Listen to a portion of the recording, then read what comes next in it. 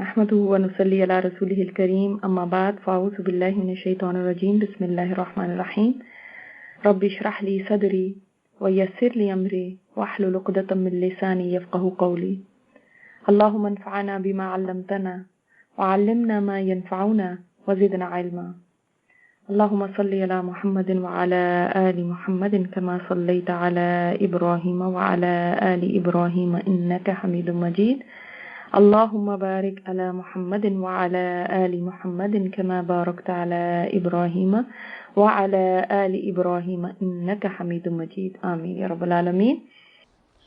تو ہم نے یہ پڑھا تھا لاسٹ ٹائم کہ اس وقت اتنا انتظار نہیں کرنا چاہیے کہ دوسرے کو اب یہ کہیں کہ اب یہ اور اسلام کے ایسے احکامات سامنے لے کر آئیں جو ان کے لیے ان کو مشکل لگتے ہیں، بلکہ اگر کوئی آمادہ ہوتا ہے تو اس کو کلمہ پڑھا دیا جائے ایٹ لیسٹ، ٹھیک ہے، اس کے بعد انشاءاللہ تعالیٰ اسلام اس کے دل میں داخل ہو جائے گا کیونکہ یہ حق دین ہے۔ اب ہم نے دیکھا کہ جب ابو سفیان اسلام لے آئے تو حضرت عباس نے ایک ریکویسٹ کی تھی نبی صلی اللہ علیہ وسلم کو ان کے گھر کو ایسے بنایا جائے کہ وہاں جا کہ ان کو کوئی اعزاز دے دیں، کیونکہ یہ اعزاز پسند کرتے، کوئی آنرز پسند کرتے سردار جو تھے۔ تو آپ صلی اللہ علیہ وسلم نے پھر جہاں باقی جگہوں کو امن کی جگہ بنایا تھا وہاں پر ابو سفیان کے گھر کو بھی امن کی جگہ بنایا، ٹھیک ہے۔ اسی طرح جو لوگ حرم میں داخل ہو جائیں گے وہ بھی امن میں ہوں گے، جو لوگ اپنے گھر کا دروازہ بند کر لیں وہ بھی امن میں ہوں گے، جو ابو سفیان کے گھر میں داخل ہو جائیں وہ بھی امن میں ہوں گے، جو حضرت عباس کے گھر میں داخل ہو جائیں وہ بھی امن میں ہوں گے۔ اس طرح کچھ گھروں کو بھی آپ صلی اللہ علیہ وسلم نے امن کی جگہ قرار دیا، اور اس کے بعد آپ صلی اللہ علیہ وسلم نے حضرت عباس کو ایک تاکید کی تھی۔ آگے دیکھتے ہیں، پڑھتے ہیں، پھر انشاءاللہ ہمیں پتہ چلے گا۔ بسم اللہ الرحمن الرحیم۔ اسی صبح رسول اللہ صلی اللہ علیہ وسلم مکہ روانہ ہوئے اور حضرت عباس رضی اللہ تعالیٰ عنہ کو حکم دیا کہ ابو سفیان کو وادی کے تنگنائے پر پہاڑی کے ناکے کے پاس روکے رکھیں تاکہ وہاں سے گزرنے والی خدائی فوجوں کو ابو سفیان دیکھ سکے، یعنی پہاڑ پر ان کے ساتھ لے کے ان کو کھڑے ہو جائیں اور نیچے سے جب تنگ راستے سے فوجیں گزریں گی تو وہ خود نظارہ دیکھیں۔ اور خدائی فوجوں مطلب کیا کہ مسلمانوں کا۔ حضرت عباس رضی اللہ تعالیٰ عنہ نے ایسا ہی کیا۔ ادھر قبائل اپنے اپنے پرچم لیے گزرنے لگے۔ جب کوئی قبیلہ گزرتا تو ابو سفیان پوچھتا، عباس یہ کون لوگ ہیں؟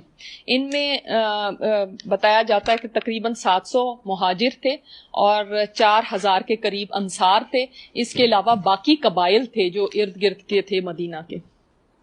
جواب میں حضرت عباس رضی اللہ تعالیٰ عنہ کہتے ہیں بنو فلاں، مثلاً بنو سلیم یا فلاں فلاں کون سا قبیلہ ہے وہ بتاتے۔ ابو سفیان کہتا مجھ کو بنو فلاں سے کیا واسطہ، یعنی وہ ان کو اتنا کچھ سمجھتا نہیں تھا نا کہ یہ کیا۔ یہاں تک کہ انصار کا دستہ گزرا جس کا پرچم حضرت سعد بن عبادہ اٹھائے ہوئے تھے۔ حضرت سعد بن عبادہ کون تھے؟ کن کے سردار؟ ہاں، انہوں نے کہا ابو سفیان آج خون ریزی اور مار دھاڑ کا دن ہے، الیوم یوم الملحمہ۔ انہوں نے فرمایا کہ شاید تھوڑا یہ بھی وجہ ہو سکتی ہے کیونکہ یہ انصار تھے اور مہاجرین کی زیادہ ہمدردیاں یعنی ان کے ظاہر ہے ان کے خاندان تھے یہاں پہ، وہ ہمیشہ سے یہاں پہ رہتے، جو باہر والا ہوتا ہے اتنا اس کو نہیں ہوتا، تو انہوں نے آگے سے یہ کہا کہ آج خون ریزی اور مار دھاڑ کا، کیونکہ ہر ایک کو یہ گرج تو تھا کہ انہوں نے نبی صلی اللہ علیہ وسلم کو یہاں سے نکالا ہے۔ آج کعبہ حلال کیا جائے گا۔ حلال کیا جائے گا مطلب کیا کہ پہلے تو یہ حرام ہے یہاں پہ خون ریزی، تو آج حلال ہو جائے گی۔ It was a big thing, right? ابو سفیان نے کہا عباس پامالی کا دن مبارک ہو، یعنی اب انہوں نے کہا کہ دیکھو آج تو ہماری تباہی ہے۔ پھر رسول اللہ صلی اللہ علیہ وسلم اپنے سب دستے میں تشریف لائے۔ آپ مہاجرین اور انصار کے درمیان فروکش تھے، یہاں صرف لوہے کی باڑ دکھائی پڑ رہی تھی، یعنی اتنی زیادہ آرمرز جو زریں تھیں آپ صلی اللہ علیہ وسلم کے ارد گرد، اتنے صحابہ تھے، انہوں نے ساروں نے جنگی لباس پہنا ہوتا ہے، ایسا لگ رہا تھا لوہے کی ایک باڑ ہے، فینس اراؤنڈ ہم، جس کے اندر وہ جا رہے ہیں۔ سبحان اللہ، ایک وہ دن تھا جب آپ صلی اللہ علیہ وسلم نکلے، وہ دن کو یاد کریں، اور کیسے تنے تنہا ایک بندے کے ساتھ، اور آج یہ کہ اتنے صحابہ جو جانیں نچھاور کرنے کو، اور ایسا لگ رہا ہے کہ لوہے کی بات، اتنی چمک اور اتنی وہ تھی، اور آل اسٹیل جیسے آئرن اراؤنڈ ہے، اتنا زیادہ ان کے ساتھ صحابہ کا وہ تھا۔ ابو سفیان نے کہا سبحان اللہ عباس یہ کون لوگ ہیں؟ حضرت عباس نے کہا یہ انصار و مہاجرین کے جلوہ میں رسول اللہ صلی اللہ علیہ وسلم تشریف فرما ہیں۔ ابو سفیان نے کہا بھلا ان سے محاذ آرائی کی کسے طاقت، یعنی اب کون ان کا مقابلہ کر سکتا ہے، ان سے تو کوئی بھی نہیں لڑ سکتا، تمہارے بھتیجے کی بادشاہت تو بڑی زبردست ہو گئی۔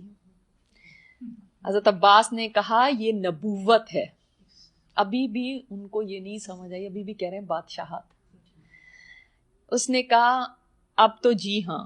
پھر اس نے رسول اللہ صلی اللہ علیہ وسلم کو حضرت سعد رضی اللہ تعالیٰ عنہ کی بات بتلائی۔ آپ نے فرمایا سعد نے غلط کہا ہے، آج کعبہ کی تعظیم کی جائے گی، آج کعبہ کو غلاف پہنایا جائے گا، اور پرچم حضرت سعد سے لے کر ان کے صاحبزادے قیس کے حوالے کر دیا۔ کیوں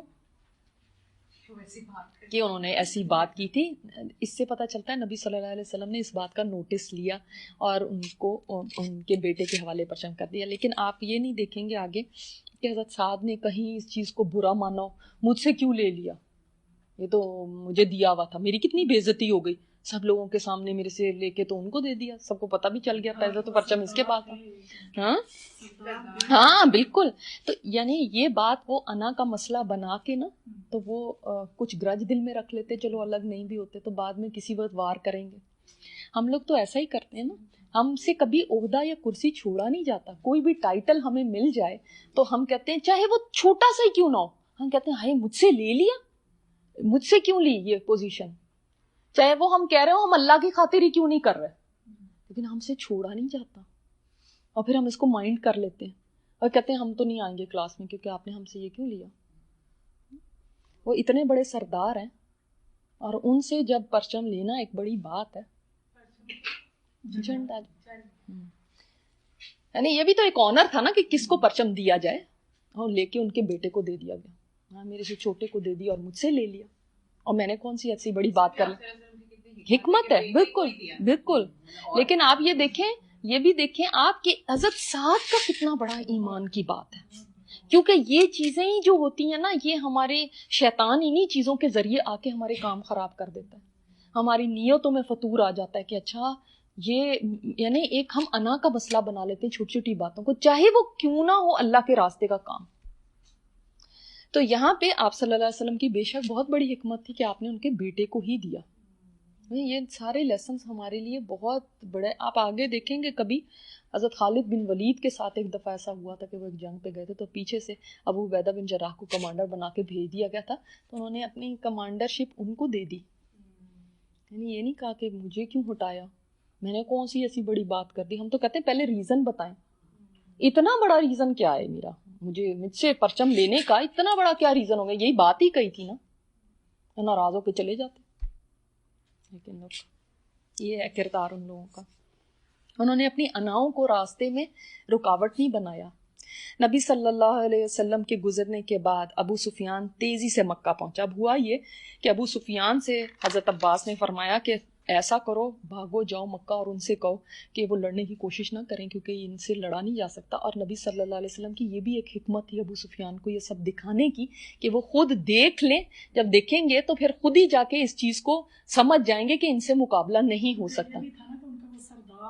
ہاں بالکل بالکل، ایگزیکٹلی۔ اور دوسری بات یہ کہ دیکھیں جب وہ یہ سارا کچھ دیکھ لیں گے نا کہ ان کی تعداد کتنی ہے اور کس طرح سے ان کی شان و شوکت ہے، تو پھر خود ہی سمجھ جائیں گے کہ ہم نہیں ان سے لڑ سکتے۔ اور آپ صلی اللہ علیہ وسلم نہیں چاہتے تھے کہ خون خرابہ ہو۔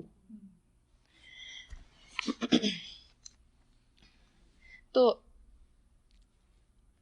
تیزی سے مکہ پہنچا اور نہایت بلند آواز سے پکارا، قریش کے لوگوں یہ محمد ہیں صلی اللہ علیہ وسلم تمہارے، یعنی اس نے یہ نہیں کہا اللہ کے رسول ہیں، حالانکہ ابھی ایمان لا چکے ہیں، اور نہ ہی ان کو بتایا کہ میں بھی اسلام لے ہوں، تمہارے پاس اتنا بڑا لشکر لے کر آئے ہیں کہ مقابلے کی تاب نہیں، لہٰذا جو ابو سفیان کے گھر میں داخل ہو جائے اسے امان ہے۔ سبحان اللہ، یہ اسی وجہ سے ان کو دیا تھا نا آپ صلی اللہ علیہ وسلم نے یہ اعزاز، کیونکہ آپ دیکھیں کہ انہوں نے یہ نہیں آ کے کہا کہ دیکھو جو حرم میں داخل ہو جائے اس کو بھی امان ہے، اپنے گھر کے بے شک دروازے بند کر لو اس پہ بھی امان ہے، فوراً یہ کہا کہ دیکھو جو میرے گھر میں آ جائے گا نا اس کے اوپر امان ہے۔ اب دیکھ لیں نا کتنا فرق ہے، جو لوگ اسلام میں داخل ہو چکے تھے اور آپ صلی اللہ علیہ وسلم کی تربیت میں رہے تھے، اور جو ابھی نئے نئے اسلام میں آئے ہیں، تو وہ اعزاز ان کو اتنا پسند تھا کہ انہوں نے کہا جو میرے گھر میں آئے گا نا اس کو امان ملے گی. اچھا اب اس کے بارے میں تھوڑا سا آپ کو بتا دوں کہ یہ بات سن کے اس کی بیوی ہند جو تھی, کراؤڈ ایک دم جمع ہو گیا, یہ گھوڑا دوڑا رہا تھا گلیوں میں ابو سفیان, اور اس نے سارے اعلان کرنا شروع کر دیا کہ اس طرح سے وہ آ گئے ہیں اور آپ اس کا مقابلہ نہیں کر سکتے. اب لوگ ایک دم پینک ہو گئے کہ ہوا کیا ہے, اور لوگوں نے آگے سے کہا, یہاں پہ یہ بات پڑھ کے پھر میں آپ کو بتاتی ہوں, لوگوں نے کہا تجھ پہ اللہ کی لعنت, تیرا گھر ہمارے کتنے آدمیوں کے کام آ سکتا ہے, یعنی ہم کتنے تیرے گھر میں فٹ ہوں گے. اب ان کے اندر ہند بن عتبہ بھی تھی, یعنی اس کی بیوی, بڑے تیش میں اٹھی اور اس کی داڑھی پکڑ کے بولی, وہ سارا مجمع کراس کرتی ہوئی اس کی داڑھی پکڑ لی اس نے جا کے, مار ڈالو اس مشق کی طرح چربی سے بھرے ہوئے پتلی پنڈلیوں والے کو, معلوم نہیں یہ کیا بک رہا ہے. ہند نے اپنے شوہر کو اور بھی بہت کچھ برا بھلا کہا. لوگ سٹ پٹا کر جمع ہو گئے کہ خدا جانے ان دونوں کو کیا ہو گیا, یعنی اتنا زیادہ ایک دم پینک ہو گیا. شی کونٹ بلیو دس کہ یہ سب ہو رہا ہے. اور یہ وہ وقت تھا کہ مکہ والوں کو پتا چلا کہ وہ جسٹ باہر آ چکے ہیں. اللہ تعالیٰ نے آپ صلی اللہ علیہ وسلم کی دعا کو ایسے قبول فرمایا کہ ان کو ابھی تک خبر نہیں تھی کہ یہ یہاں پہنچ چکی ہیں. ہاں ہمیشہ خبر, لیکن اللہ جس چیز کو چاہے, آپ کے سامنے کوئی چیز ہوتی ہے نا, اللہ تعالیٰ پردہ ڈال دیتا ہے. اور کئی دفعہ آپ دنیا میں بھی دیکھیں, کئی لوگوں کو لوگ ڈھونڈتے ہیں, کئی چیزوں کو ڈھونڈتے ہیں تو وہ نہیں ملتے, چاہے ان کی ناک کے نیچے ہوں. تو اللہ تعالیٰ نے جس کا پردہ رکھنا ہے یا جس کو چھپا کے رکھ دینا ہے, پھر اس کو چاہے کتنے بھی تلاش کرتے ہیں کچھ. اس سے ہمیں یہ بھی سبق ایک ملتا ہے. دیکھیں ہم بعض دفعہ بہت ڈر جاتے ہیں کہ پتہ نہیں ہمیں یہ دیکھ لیں گے تو کیا ہو جائے گا, وہ دیکھ لے گا تو کیا ہو جائے گا.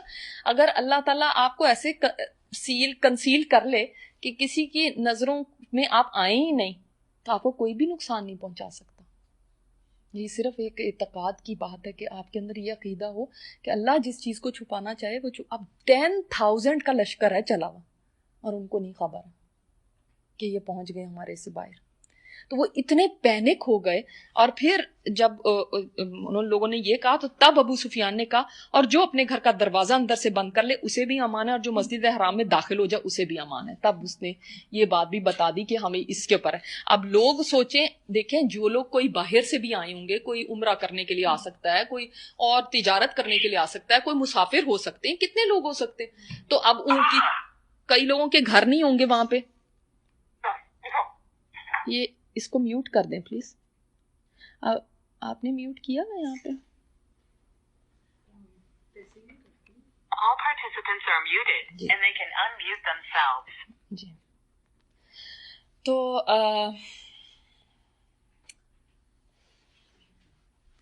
جب یہ ہند نے ایسی بات کہی اور اس طرح سے, تو پھر ابو سفیان نے تب بھی لوگوں سے کہا کہ تمہاری بربادی ہو, محمد صلی اللہ علیہ وسلم ایسا لشکر لے کر آئیں جس کے مقابلے کی تمہیں تاب نہیں ہے, تو اس کی باتوں میں نہ آنا اس عورت کی, تو اس لیے تم میری بات مانو کہ مقابلہ نہ کرنا. تو یہ سن کر لوگ تیزی سے اپنے اپنے گھروں اور مسجد حرام کی طرف بھاگے. کئی لوگوں کے گھر دور ہوں گے تو وہ مسجد میں ہی پناہ لے لیں. جب رسول اللہ صلی اللہ علیہ وسلم ذیتوا پہنچے تو میسرہ کے سالار حضرت خالد بن ولید کو حکم دیا کہ وہ قدا کے راستے مکہ میں زیریں حصے سے داخل ہوں, یعنی نچلے حصے سے آپ داخل ہوں. یعنی اپنی آرمی کو نا آپ صلی اللہ علیہ وسلم نے ڈیفرنٹ اس میں ڈیوائیڈ کر دیا تھا, 3 یا 4 حصوں میں, اور کوئی آڑے آئے تو اسے کاٹ کر رکھ دیں. یعنی اگر کوئی تمہیں رکاوٹ بنتا ہے تو تب تم نے اس کے ساتھ لڑنا ہے, لیکن اگر نہیں بنتا تو خود نہیں حملہ کرنا. یہ یونیک بات ہے ہسٹری میں کہ آج تک کوئی قوم جب کسی ملک یا شہر کے اوپر حملہ کرنے جاتی ہے تو ایسا نہیں ہوتا کہ ان کا سالار ان کو کہہ دے کہ آپ نے خود, یعنی خود ایک جس کو کیا ایک ڈیفینسو ہوتی ہے اور ایک وہ, یعنی خود نہیں آپ نے حملہ کرنا. اس چیز سے روک دیا تھا. یہ کتنی بڑی بات ہے. یہاں تک کہ صفا پر آپ صلی اللہ علیہ وسلم سے آ ملے. آپ صلی اللہ علیہ وسلم صفا پہاڑی کی طرف گئے اور ان کو کہا کہ آپ ڈیفرنٹ راستوں سے مکہ میں داخل ہوں اور صفا پہاڑی پہ آ ملے. اور میمنہ کے قائد اور رسول اللہ صلی اللہ علیہ وسلم کے علم بردار حضرت زبیر کو حکم دیا کہ وہ قدا کے راستے بالائی حصے سے مکہ میں داخل ہوں اور ہجون میں آپ کا پرچم گاڑ دیں. یعنی یہ ڈیفرنٹ رستوں سے, یعنی چاروں طرف سے آ رہے ہیں, کوئی مشرق سے, کوئی مغرب سے. اور نیز رسول اللہ صلی اللہ علیہ وسلم کی آمد تک وہیں ٹھہرے رہیں جبکہ پیادہ یعنی جو پیدل تھے اور بے ہتھیار لوگوں کے قائد حضرت ابو عبیدہ بن جراح کو حکم دیا کہ وہ بطن وادی کا راستہ پکڑیں اور مکہ میں رسول اللہ صلی اللہ علیہ وسلم سے آگے اتریں.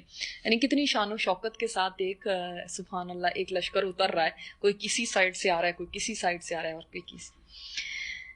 اس موقع پر قریش نے خندمہ میں کچھ اوباش جمع کر لیے. اب وہ یہ بھی دیکھیں کہ اس وقت جب ان کو یہ پتا چلا کہ اب یہ تو ہمارے اوپر حملہ ہو رہا ہے, حالانکہ ابو سفیان نے کہا کہ تم نہیں مقابلہ کر سکتے, اس کے باوجود کچھ لوگ ایسے تھے جنہوں نے پھر بھی یہ سوچا کہ نہیں ہم مقابلہ کریں گے.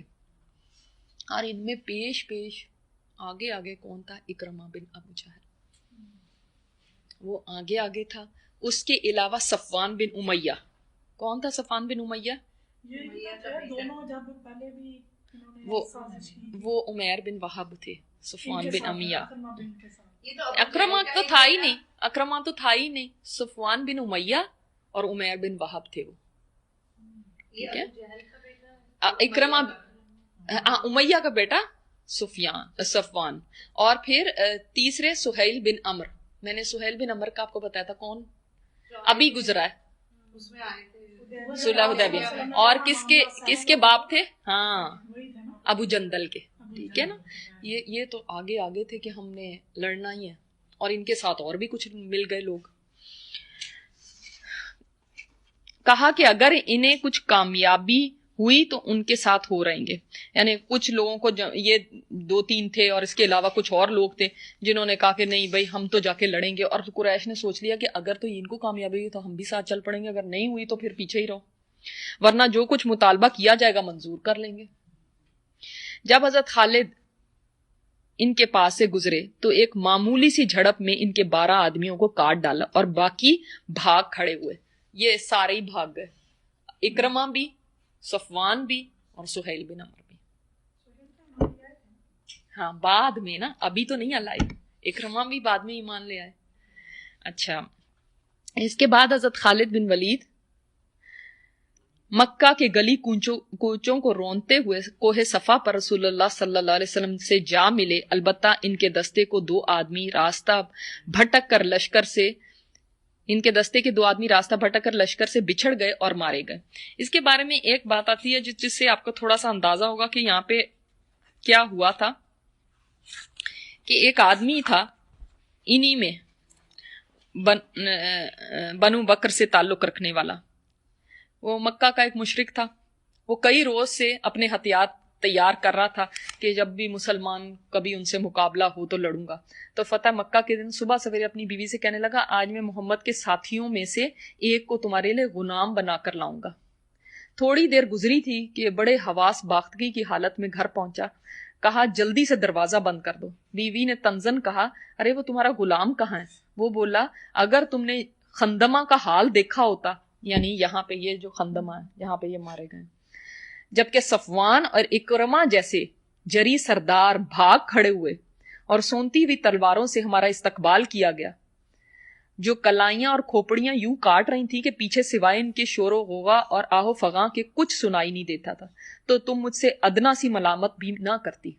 اتنا برا حال تھا وہاں پہ کہ اگر تم دیکھ لیتی کہ ان کے ساتھ کیا ہوا.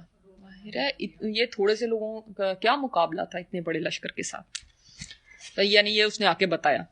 ادھر حضرت زبیر رضی اللہ تعالیٰ عنہ نے حجون میں مسجد فتح کے پاس جھنڈا گاڑا اور ایک خیمہ نصب کیا جس میں حضرت ام سلمہ اور حضرت میمونہ نے قیام کیا. آپ کو پتہ نا حضرت ام سلمہ نے کیا کیا تھا؟ راستے میں ایک چیز ان کی آئی تھی جب انہوں نے سفارش نہیں کی تھی آگے آپ صلی اللہ علیہ وسلم سے, تو یہ آپ صلی اللہ علیہ وسلم کی 2 ازواج ساتھ تھیں اور وہیں ٹھہرے رہے یہاں تک کہ رسول اللہ صلی اللہ علیہ وسلم تشریف لائے. تھوڑی دیر استراحت فرمایا یعنی آرام کیا, پھر آگے بڑھے. اس وقت ابوبکر صدیق رضی اللہ تعالیٰ عنہ آپ کے ہمراہ تھے اور باتیں کر رہے تھے.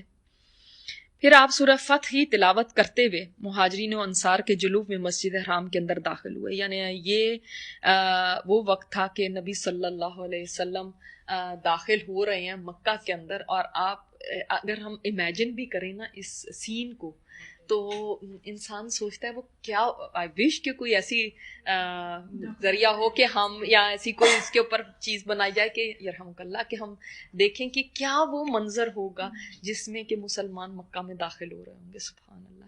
اس لیے کہ یہی وہ لوگ تھے کہ کیسے ٹارچر کر کے اور کس طرح سے یہاں سے نکالے گئے اور کس طرح سے وہ یہاں سے یعنی چھپ چھپا کے کئی نکلے تھے، کن کن حالتوں میں نکلے تھے، یہ سب ہم پڑھ چکے ہیں. اور آج وہی فتح کے ساتھ آ رہے ہیں.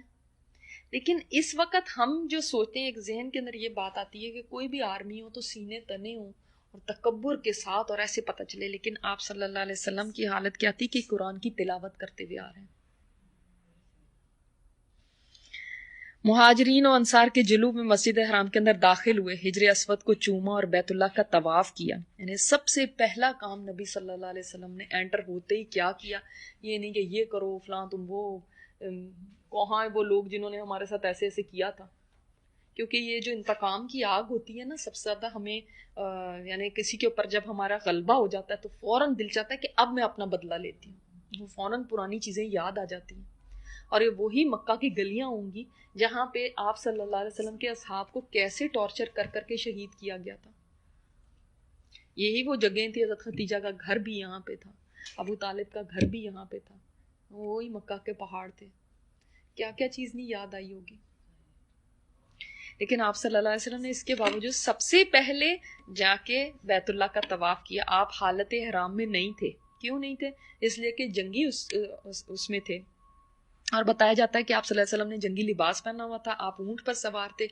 آپ نے اس دن بعض روایات میں سرخ رنگ کی پگڑی پہنی ہوئی تھی اور بعض میں آتا ہے کالے رنگ کی ٹربن تھی آپ صلی اللہ علیہ وسلم کی. اور آپ کی حالت یہ تھی کہ جس وقت نبی صلی اللہ علیہ وسلم داخل ہو رہے تھے تو اتنا آپ صلی اللہ علیہ وسلم کا سر مبارک جھکا ہوا تھا کہ آپ کی داڑھی کے بال جو تھے وہ اونٹ کے کجاوے کو لگ رہے تھے. عاجزی کی انتہا دیکھیں. اور عاجزی اس وقت جس وقت کہ آپ ڈومیننٹ ہو، آپ غالب آ جائیں، اس وقت عاجزی مشکل ہے. جب آپ مریل سے ہوں اور کہیں کسی کو جوتے پڑ رہے ہوں تب تو عاجزی سبھی دکھاتے ہیں، تب تو منمنانے لگتے ہیں. لیکن جس وقت آپ ان پاور آتے ہیں اس وقت کتنے لوگ ہیں جو عاجزی دکھائیں. آج مین لینڈ جو عرب کا مین لینڈ تھا وہ آپ صلی اللہ علیہ وسلم کے قدموں کے نیچے تھا. وہ فتح ہو گیا تھا. It was a big thing. اذا جاء نصر اللہ. اسی کے بعد تو آیا کہ بھی اس کے بعد تو سمجھ لیں کہ جوک در جوک لوگ اسلام میں داخل ہونے لگے.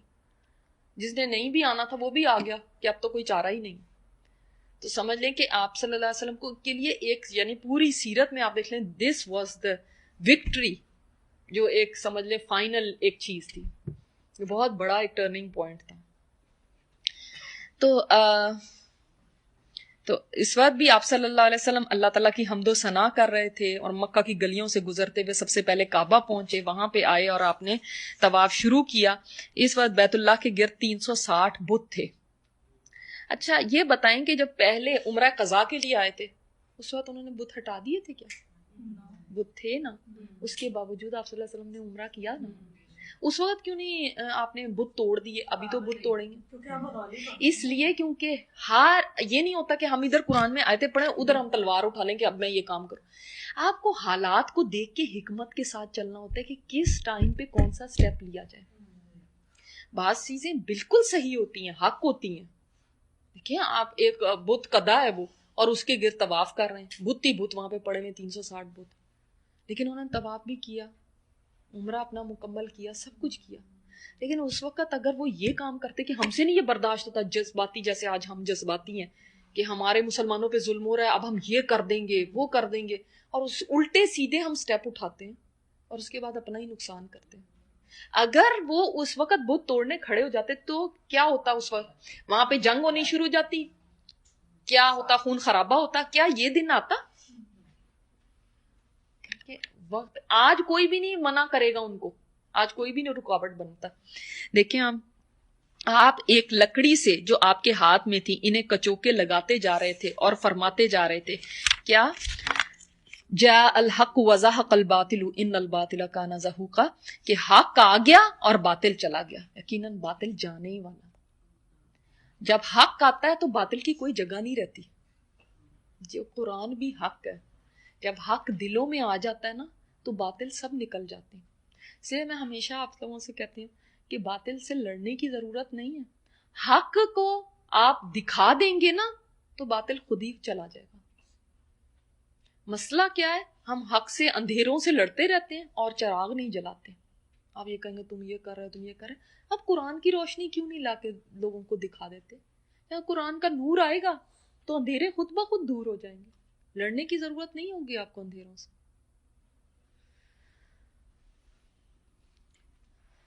جاء الحق وما یبدی الباطل وما یعید, حق آ گیا اور باطل کی چلت پرت ختم ہو گئی. اس ضرب سے بت اپنے چہروں کے بل گرتے جا رہے تھے. یعنی اب آپ صلی اللہ علیہ وسلم صرف وہ لکڑی کی ایسے نوک لگاتے تھے اور بت گرتے چلے جا رہے تھے اپنے چہروں کے بل. سبحان اللہ. یعنی یہ بھی آپ دیکھ لیں کہ آپ صلی اللہ علیہ وسلم نے صرف طواف ہی نہیں کیا, باطل بھی ساتھ توڑتے گئے, اس کی نشان سارے ختم کرتے گئے. کعبہ کی تطہیر اور اس میں نماز. جب آپ صلی اللہ علیہ وسلم طواف سے فارغ ہو گئے تو عثمان بن طلحہ کو بلا کر ان سے کعبہ کی کنجی لی. عثمان بن طلحہ کون تھے؟ یہ پہلے مسلمان ہو چکے ہیں یا نہیں؟ نہیں ابھی نہیں ہوئے.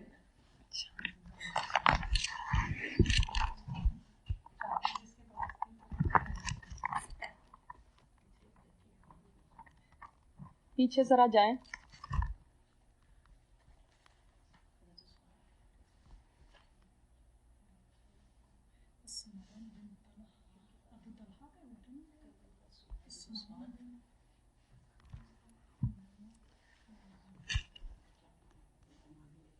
یہ پیج نمبر 262 ہے میری بک میں.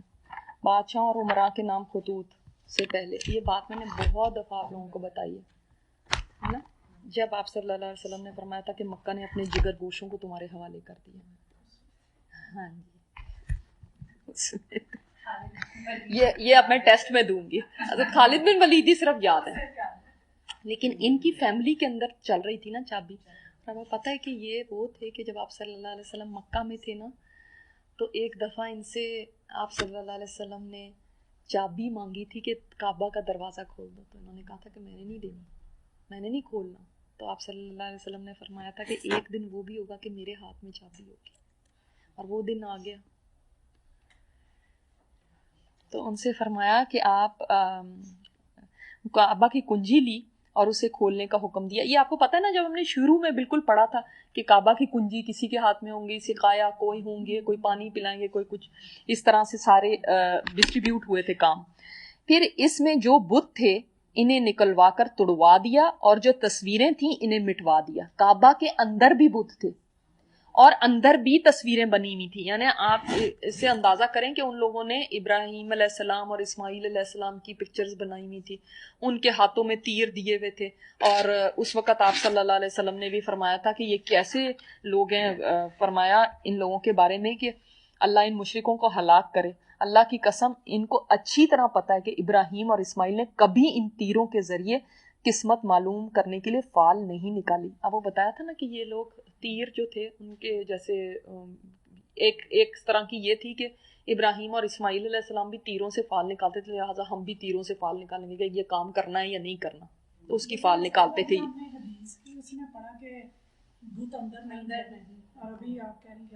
ہاں یہاں پہ یہ ہے کہ بت اندر بھی تھے, واللہ عالم کہ صرف تصویریں تھیں یا بت تھے, مگر اس بک کے مطابق بت بھی اندر رکھے ہوئے تھے, اندر بھی تھے اور باہر بھی تھے, واللہ عالم. لیکن تصویریں, یہ ایک روایت میں آتا ہے بخاری کی کہ حضرت مریم کی بھی تصویر اندر بنائی ہوئی تھی, واللہ عالم. اور کہیں فرشتوں کی تصویریں بنائی ہوئی تھیں اور اس طرح سے. لیکن آپ نے یہ دیکھا ہے کہ نبی صلی اللہ علیہ وسلم نے ان تصویروں کو مٹوا دیا. پھر آپ دیکھیں کہ ہم لوگ ایسے کمروں میں, پھر اس کا مطلب جہاں پہ تصویریں ہوں یا بت ہوں وہاں پہ نمازیں نہیں پڑھنی چاہیے, وہاں پہ ان جگہوں پہ عبادت نہ کریں جہاں پہ تصویریں مٹا دیں یا ہٹا دیں, یا اور بت اپنے گھر میں جہاں پہ بھی کسی نے شوقیہ رکھے ہوں, نہیں بتوں کی ہم پوجا تو نہیں کرتے لیکن بس ہمیں شوق ہے اسٹیچوز کا, تو یہ کوئی وہ بھی تو نہیں, عبادت تھوڑی کر رہے تھے ان کی, لیکن ان کو ہٹوایا وہاں سے. تو شوق سے اپنی تصویریں نہ ٹانگیں کہ ہم دیواروں پہ ٹانگی ہوں، ایسے شوق نہ پالیں. اللہ اکبر. اس کے بعد آپ صلی اللہ علیہ وسلم اسامہ بن زید اور بلال رضی اللہ تعالیٰ عنہ اندر داخل ہوئے اور دروازہ بند کر لیا. پھر دروازے کے مقابل کی دیوار کے رخ سے 3 ہاتھ کے فاصلے پر کھڑے ہوئے. کیا مطلب؟ کس ڈائریکشن میں آپ صلی اللہ علیہ وسلم نے نماز پڑھی تھی؟ دروازے کے مقابل کی دیوار کے رخ. یس، اپوزٹ دا ڈور. جو ڈور ہے اس کے اپوزٹ جو دیوار ہے اس سے 3 ہاتھ پیچھے کھڑے ہو کے اس یعنی ڈائریکشن میں، یعنی جب انٹرنگ دا ڈور ہے تو جسٹ فرنٹ والی ڈور پہ، جسٹ انٹر ہو کے ہی سامنے.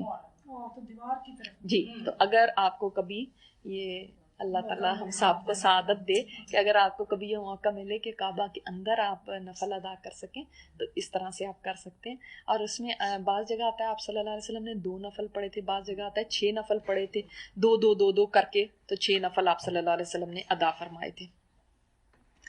اور اس میں یہ ہے کہ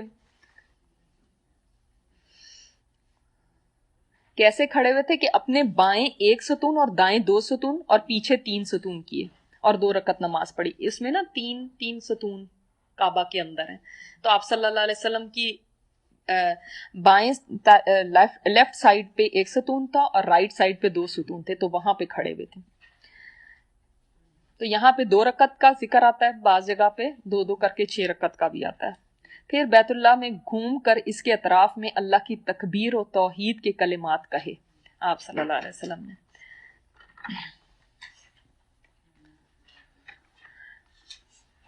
اس کے بعد آج تم پر کوئی سرزنش نہیں. پھر آپ صلی اللہ علیہ وسلم نے دروازہ کھولا. قریش مسجد حرام میں صفیں لگائے کھچا کھچ بھرے ہوئے تھے. یعنی اب آپ سوچیں گے کیا وہ سین ہوگا کہ آپ صلی اللہ علیہ وسلم اب دروازے میں کھڑے ہیں اور قریش سارے وہاں پہ جمع نا، وہ بھی اور باقی بھی سارے جمع ہو گئے. اب تو یعنی کوئی وہ نہیں ہو رہی نا، وہ تو جب ہاں قریش نے اس کو اونچا بنوایا تھا اس لیے تاکہ ہر کوئی انٹر نہ ہو سکے.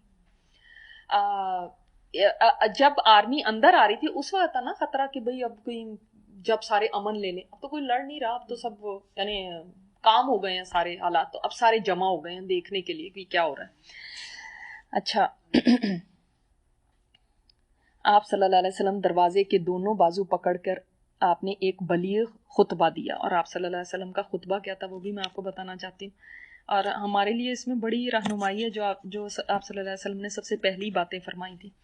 پہلے یہاں پہ بتا دوں، جس میں اسلام کے بہت سے احکام بیان کیے، امور جاہلیت کو ساکت کیا. ساکت کیا کا مطلب ہے یعنی اب ان کو ختم ہو گئے ہیں، وہ مٹا دیا ان کو. اور ان کی نخوت کے خاتمے کا اعلان کیا. یعنی اس کی یعنی جو قریش میں جو تکبر تھا، بہت ایروگنس تھی، اس کو یعنی اب سے قریش جو اپنے آپ کو کس چیز کا ان کو تکبر تھا؟ کعبے کا. کس چیز کا؟ اور ہم سپیریئر ہیں. ہاں جی، ہم دوسروں سے سپیریئر ہیں کیونکہ ہم عرب ہیں یا ہم قریش ہیں، یا اس چیز کے اوپر بہت زیادہ ان کو فخر تکبر تھا. تو وہ چیز ختم کرتی. اور آپ دیکھ لیں کہ آپ صلی اللہ علیہ وسلم اپنے ساتھ اندر کن 2 لوگوں کو لے کر گئے؟ اسامہ بن زید اور حضرت بلال. ان میں سے کون قریشی ہے؟ None of them. ایک غلام کے بیٹے، دوسرے غلام نہیں. اور دوسری یہ ایک طرح سے ایک سمبل تھا نا کہ کوئی اپنے آپ کو سپیریئر نہ سمجھے. نو بڈی از سپیریئر، سب آپ برابر ہو. اسلام میں کیا ہے کہ آپ کی یعنی تقوی کی بنیاد کے اوپر آپ کا اللہ تعالیٰ کا آپ کی عزت ہے. یہ جو خطبہ تھا اس میں آپ نے فرمایا اللہ کے سوا کوئی الہ نہیں، وہ تنہا ہے، اس کا کوئی شریک نہیں، اس نے اپنا وعدہ سچ کر دکھایا. جو ہم پڑھتے نا لا الہ الا اللہ وحدہ نصر عبدہ وصدق وعدہ وہزم الاحزاب وحدہ، کہ اللہ تعالیٰ نے اپنے بندے کی مدد فرمائی، اپنا وعدہ سچ کر دکھایا اور اس نے تباہ کر دیا سارے لشکروں کو اکیلے ہی. وحدہ اکیلے سارے لشکروں کو تباہ کر دیا. اب یہ بھی دیکھ لیں کہ سب سے پہلے اللہ ہی کی حمد ہے اور اس کے بعد عاجزی کتنی کہ نصر عبدہ، اللہ نے اپنے بندے کی مدد فرمائی. میں کوئی نہیں ہے یہاں پہ. اللہ نے ہی تباہ کیا لشکروں کو، اللہ نے ہی اپنے وعدے کو پورا کیا. اور آپ نے فرمایا کہ سنو، بیت اللہ کا کلید برداری اور حاجیوں کو پانی پلانے کا کے علاوہ سارا اعزاز و کمال اور جاہلیت کا خون میرے ان دونوں قدموں تلے ہے. یعنی جو چابیوں کا کام تھا اور جو حاجیوں کو پانی پلانے کا کام تھا، صرف یہ ویسے ہی رہے گا ایز اٹ از، جیسے پہلے تھا، جن کے پاس بھی تھا. لیکن جو جاہلیت کا خون ہے، یعنی اس نے ہمارا مارا، اس نے ہمارا، یہ کوئی نہیں ہوگا، سب فلیٹ ہو گیا، ختم ہو گیا.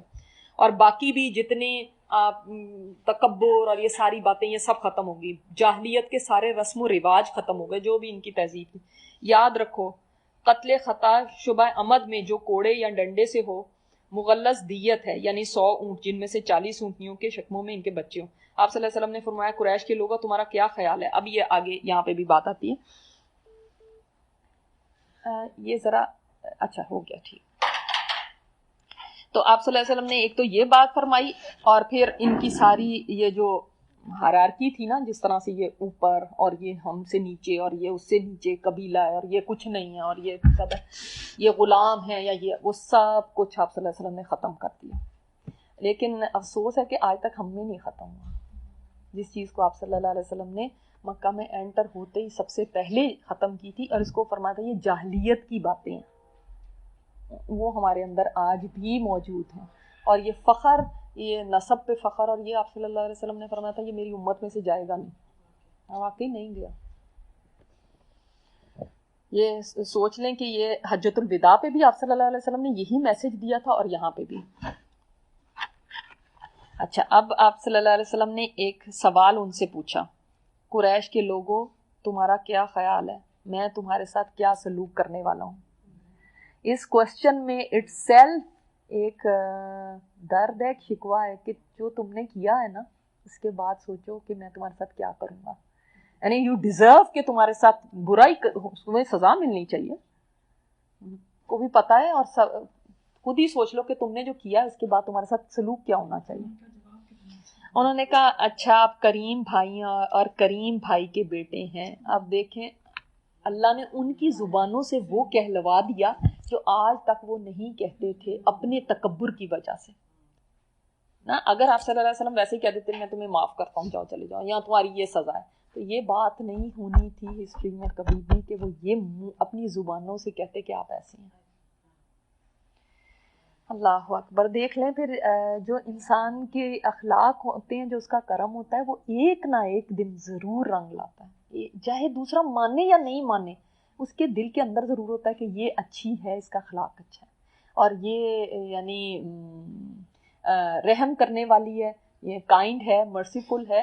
یہ چیز دوسرے کو قائل کر ہی دیتی ہے.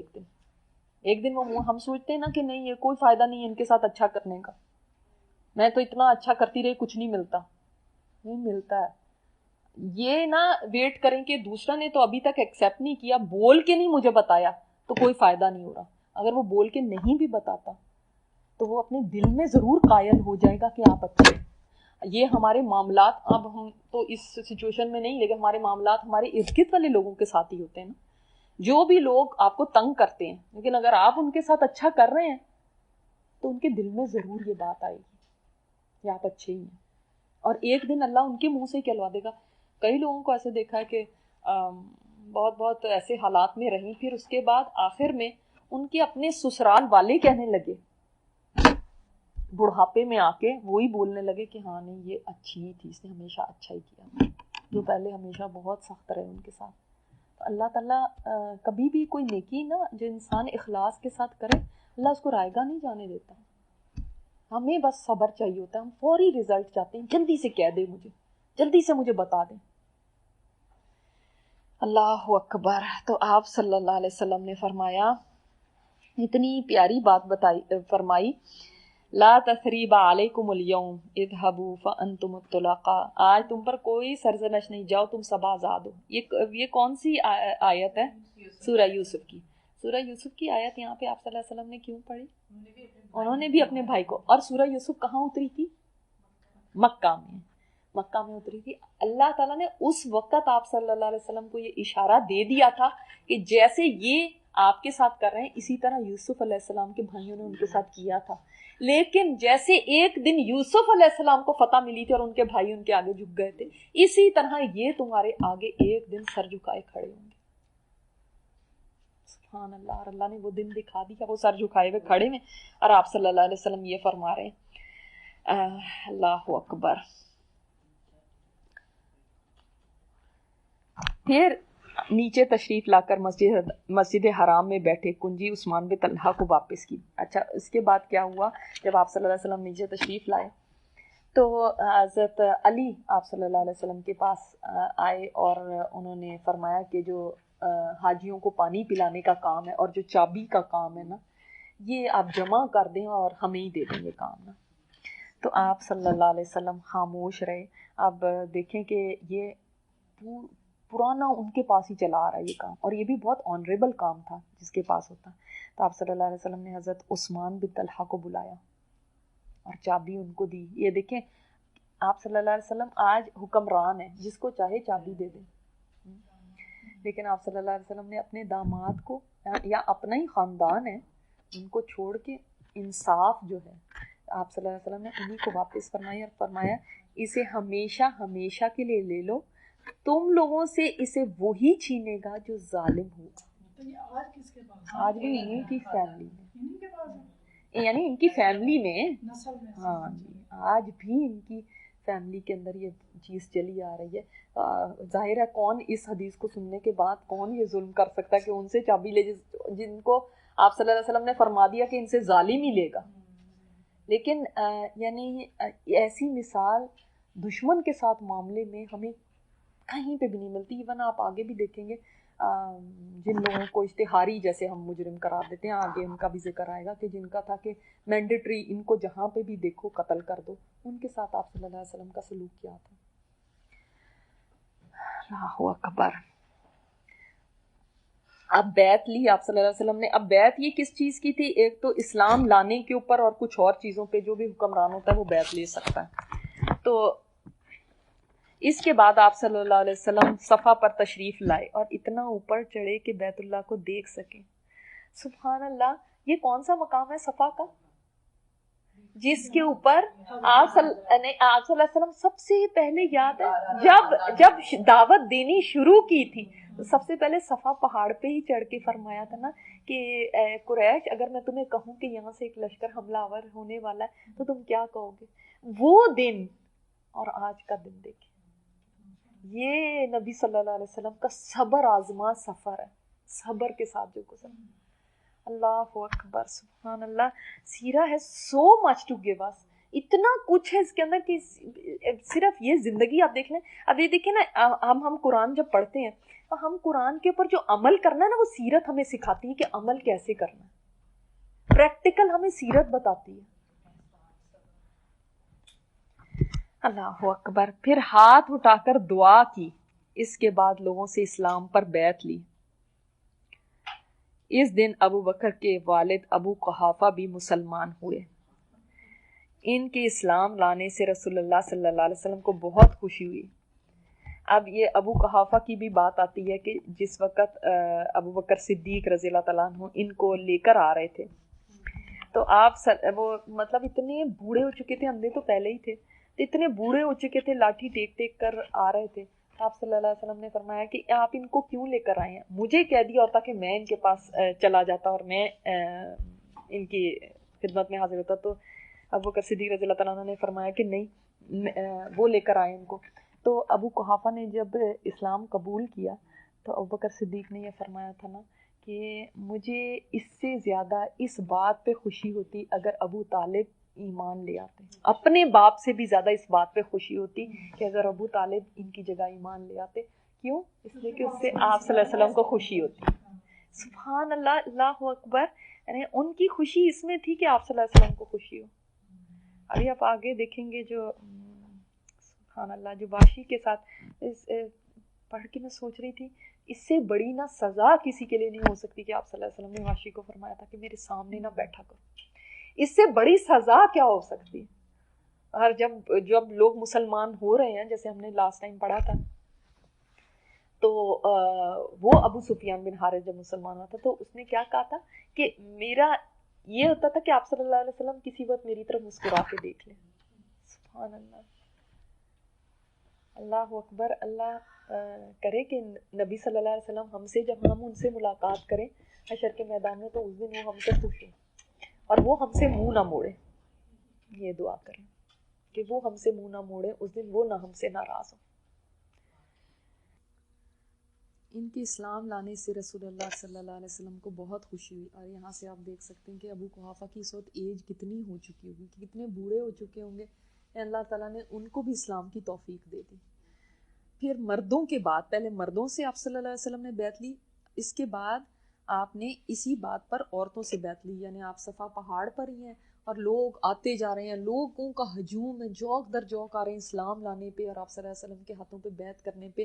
اور آپ سوچیں کہ انہی عورتوں میں بھیس بدل کے ہند بھی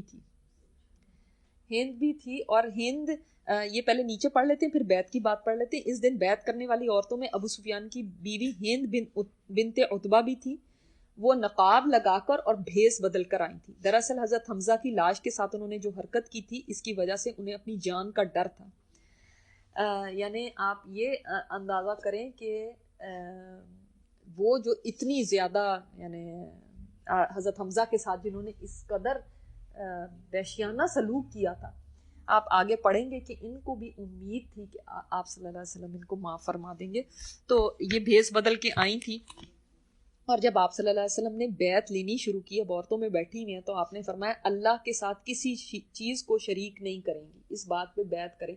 تو یہ بول اٹھی کہ یعنی یہ شرط تو آپ نے مردوں کے لیے تو نہیں رکھی, حالانکہ مردوں کو بھی ظاہر ہے یہ شرط رکھی گئی تھی, اور یہ بھی کہ مطلب ہم کس کی عبادت کریں کس کی نہ کریں یہ تو نہیں آپ ہمیں بتا سکتے نا. آپ نے تو مطلب مکہ فتح کیا تو اس کا مطلب یہ تو نہیں, لیکن نقاب پہنا ہوتا ہے, پہچانی نہیں جا رہی تھی. لیکن کسی نے بھی ان کی ہاں میں ہاں نہیں ملائی تو پھر خاموش ہوگی, کہتی ہیں اچھا ٹھیک ہے پھر صحیح. پھر اس کے بعد دوسری شرط چوری نہیں کریں گی, یہ دوسری شرط لگائی. تو اس پر ہند پھر بول پڑی کہ ابو سفیان تو بڑا بخیل آدمی ہے, اگر میں اس کے مال میں سے کچھ لے لوں تو اب تو کیا ہو, اب پتہ چل گیا کہ یہ وہ ہے. اب ابو سفیان بھی وہیں موجود ہے, تو ابو سفیان, اب اس سے پتہ چلتا ہے کہ کتنی ایک یعنی ایسی پینک کی سچویشن. اب سوچیں کہ اس کو پتا ہے کہ اس نے کیا کیا ہوا ہے میری بیوی نے, اور یہ نہ ہو کہ ابھی اس کا ساری طرح وہ ایک دم اس کے اندر نا کہ مطلب حالات جیسے صحیح کام ڈاؤن کرنے کے لیے کہ نہیں جو تو پہلے ہو چکا ہے وہ ہو چکا ہے, وہ میری طرف سے حلال ہے تمہاری. یعنی اب اگر یہ یہاں پہ ایک پھڈا لگا کے بیٹھ جائیں گے تو پھر کیا یہ نا, ان کو بھی پتا چل گیا کہ اس کی تو یعنی سیکرٹ جو ہے نا کھل گئی ہے. یہ سن کر آپ صلی اللہ علیہ وسلم مسکرانے لگے. آپ نے ہند کو پہچان لیا, فرمایا اچھا تو تم ہند ہو؟ بولی جی ہاں.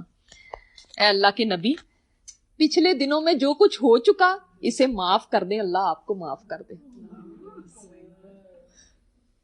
وائز عورت تھی بڑی. اس آپ صلی اللہ علیہ وسلم لیکن خاموش رہے. آپ نے کچھ یہ نہیں کہا کہ ہاں ٹھیک ہے تمہیں معاف کر دیا, یا آپ صلی اللہ علیہ وسلم نے یہ نہیں کہا کہ نہیں تمہیں تو سزا ملے گی, کچھ بھی نہیں. آپ دیکھیں گے آگے بھی جو چیزیں نبی صلی اللہ علیہ وسلم کو نہیں پسند ہے نا, اس کے پر نہ تو ایک دم ریئیکشنری ہے کہ فوراً پھٹ پڑے, نہ بہت ہی انسان تو ہے نا, نہ بہت ایسی ہیں کہ نہیں چلو تمہیں معاف کر دیا تم بھی جاؤ, تمہیں نہیں.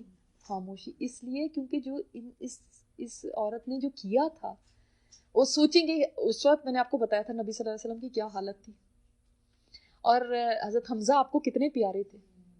اور انسان اپنے اوپر بعض دفعہ باتیں سہ لیتا ہے, لیکن جو اپنا پیارا ہوتا ہے نا اس کے اوپر کوئی بات کرے تو وہ نہیں سہی جاتی. تو یہ اس کا جرم کوئی چھوٹا نہیں تھا. نبی صلی اللہ علیہ وسلم خاموش رہے. پھر اس کے بعد آپ صلی اللہ علیہ وسلم نے پھر آگے فرمایا زنا نہ کریں گی. اس پر ہند نے بولا بھلا کہیں آزاد عورت بھی کوئی زنا کرتی ہے؟ اب یہ دیکھیں, اس سے پتہ چلتا ہے کہ ان لوگوں میں چاہے کتنی بھی یعنی گراوٹ ہو گئی تھی, لیکن یہ چیزیں ان کے اندر بھی وہ تھیں کہ آزاد عورت جو یعنی خاندانی, آزاد عورت سے مراد ہے کہ جو خاندانی شریف عورتیں وہ یہ کام نہیں کرتی. تو آج ہی ایتھکس ختم ہو گئے ہیں اور اس طرح کی چیزیں ہو گئی, اتنی بے راہ و روی ہو گئی ہے کہ کوئی نہ خاندان کا لحاظ ہے نہ کچھ ہے. لیکن اس زمانے میں بھی سوچیں اس چیز کا لحاظ تھا. پھر اپنی اولاد کو قتل نہیں کریں گی, اس کے اوپر بیعت. تو وہ ہند نے کہا ہم نے تو بچپن میں انہیں پالا پوسا, لیکن وہ بڑے ہوئے تو آپ لوگوں نے تو خود ہی ان کو قتل کر دیا. ہم نے تو اپنی اولادوں کو قتل نہیں کیا, لیکن آپ لوگوں نے قتل کر دیا, ہم نے تو پالا پوسا تھا. لیکن آپ صلی اللہ علیہ وسلم نے کوئی جواب نہیں دیا، کیونکہ اس کا بیٹا حنزلہ بن ابی سفیان بدر کے دن قتل ہوا تھا نا. یہ سن کے حضرت عمر کو اس قدر ہنسی آئی کہ ہنستے ہنستے چت لیٹ گئے اور آپ صلی اللہ علیہ وسلم کے ہونٹوں پر بھی مسکراہٹ نمودار ہوئی. اور پھر اپنے ہاتھ پاؤں کے درمیان سے گھڑ کر کوئی بہتان نہیں لائیں گی، یعنی کسی اوپر بہتان نہیں کریں گی. یعنی یہ بگ کرائمز ہیں جو عورتوں کی طرف سے آپ صلی اللہ علیہ وسلم نے بیعت لی تھی کہ مسلمان ہونے کے بعد آپ کو یہ کام نہیں کرنا.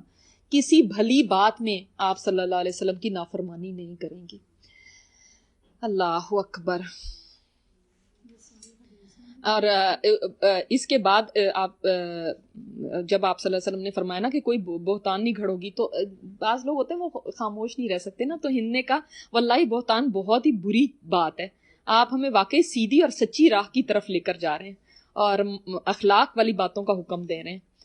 اور پھر آپ نے جب فرمایا کہ کسی بھلائی کی بات میں رسول کی نافرمانی نہیں کرو گی، تو ہند نے کہا اللہ کی قسم ہم اس مجلس میں اس نیت سے نہیں آئیں کہ آپ کی نافرمانی کریں. یعنی ساری باتوں کے جواب ضرور دیے. اور ہند نے اس مقدس مجلس سے واپس جاتے ہی اپنا بت توڑ دیا.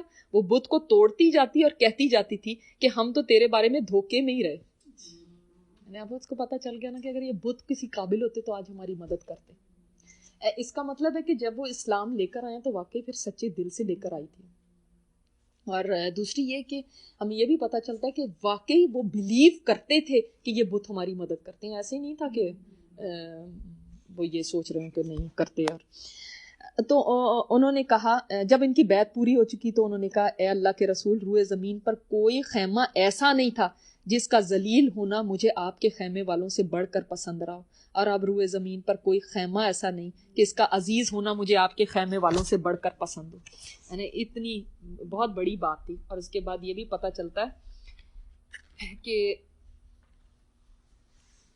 اس نے آپ صلی اللہ علیہ وسلم کی خدمت میں بکری کے 2 بچے پھر ہدیے کے طور پر بھیجے اور عرض کیا ہماری بکریاں بہت کم بچے دے رہی ہیں. اللہ کے رسول صلی اللہ علیہ وسلم نے برکت کی دعا فرمائی تو بہت زیادہ بکریاں ہو گئی. محتاجوں کو بکریاں دیتی تھی اور کہتی تھی یہ اللہ کے رسول صلی اللہ علیہ وسلم کی دعا کی برکت سے. اللہ کا شکر ہے کہ اس نے ہمیں اسلام کی دولت بخشی. بہت لکی. اللہ اکبر. وہ لوگ لکی تھے جنہوں نے آپ صلی اللہ علیہ وسلم کو دیکھا اور ان کے ہاتھ پر ایمان لائے. وہ تو سارے لکی ہیں، لیکن آپ یہ دیکھیں کہ پھر بھی آپ دیکھیں کہ ان میں آتی ہیں جس طرح ہم نے کل ہی ابھی اس میں پڑھا تھا کہ جو شہید کا ایک شہید وہ بھی جنت میں، جس نے قتل کیا وہ بھی جنت میں. نہیں، یہ قتل تو نہیں، یہ شہید تو نہیں ہوئی نا. نہیں، لیکن ویسے تو پھر جو آگے آئیں گے نا کچھ اور لوگ، ان کا میں آپ کو بتاؤں. نہیں، خالد بن ولید شہید نہیں ہوئے، وہ بستر پہ ان کی موت آئی تھی. اکرمہ جنگ یرموک میں وہ شہید ہوئے. مارے تھے لیکن نہیں، قاتل اور مقتول والی جو آپ حدیث کہہ رہی ہیں نا وہ تو دونوں ہوئے نا. لیکن ویسے اسلام لانے کی وجہ سے وہ الگ بات ہے. لیکن قاتل اور مقتول والی جو بات ہے وہ یہ قاتل تو میں ہوئی لیکن مقتول میں تو نہیں نہ ہوئی کہ ان کو اتنی شہادت ملی. لیکن آپ یہ دیکھیں کہ جتنا بھی آپ کہہ لیں ایک فرق جو صحابہ کے لیولز میں ہے وہ اسٹل ریمینز. ٹھیک ہے، ان کا مقام وہ نہیں ہو سکتا جو دوسرے ظاہر ہے وہ نہیں ہو سکتا. اس سے پتہ چلتا ہے کہ سابقون الاولون جو ہے نا، ظاہر ہے ان کے مقام تک پھر دوسرے نہیں پہنچ سکتے. اگر ہم یہ ویٹ کرتے رہتے ہیں نا کہ ہاں اب ہم کریں گے، اچھا کریں گے، جب سارے کر لیں. اب مکہ فتح ہو گیا، اب سب نے کر لیا، ٹھیک ہے وہ بہت سچے مسلمان تھے اور نو ڈاؤٹ تمام صحابہ کرام اور صحابیات ہمارے لیے یعنی قابل عزت ہے. لیکن سٹل جو پہلے اسلام لے کر آئے بعد والے ان مقامات تک نہیں پہنچ سکتے. رسول اللہ صلی اللہ علیہ وسلم نے فرمایا اس ذات کی قسم جس کے ہاتھ میں محمد صلی اللہ علیہ وسلم کی جان ہے، معاملہ بالکل ایسا ہی ہے جیسا انہوں نے بتایا، واقعی ان کی بات سچی ہے. حضرت عمر بن خطاب رسول اللہ صلی اللہ علیہ وسلم کی مجلس سے نیچے بیٹھے ہوئے تھے، لوگوں کو آپ کی بات پہنچا رہے تھے اور آپ کی طرف سے بیعت بھی لے رہے تھے. عورتوں سے مصافحہ کے بغیر صرف کلام کے ذریعے بیعت لی گئی. اس سے کیا پتہ چلتا ہے کہ آپ صلی اللہ علیہ وسلم نے ان کو ہاتھ میں ہاتھ لے کر بیعت نہیں دی تھی. اور آپ صلی اللہ علیہ وسلم نے یاد رکھیں کبھی کسی عورت کو چھوا نہیں تھا سوائے اپنی محرم عورتوں کے. کسی عورت کو کبھی نہیں چھوا تھا. ہینڈ شیک کرنا یا یہ پھر کہاں سے جائز ہوتا ہے.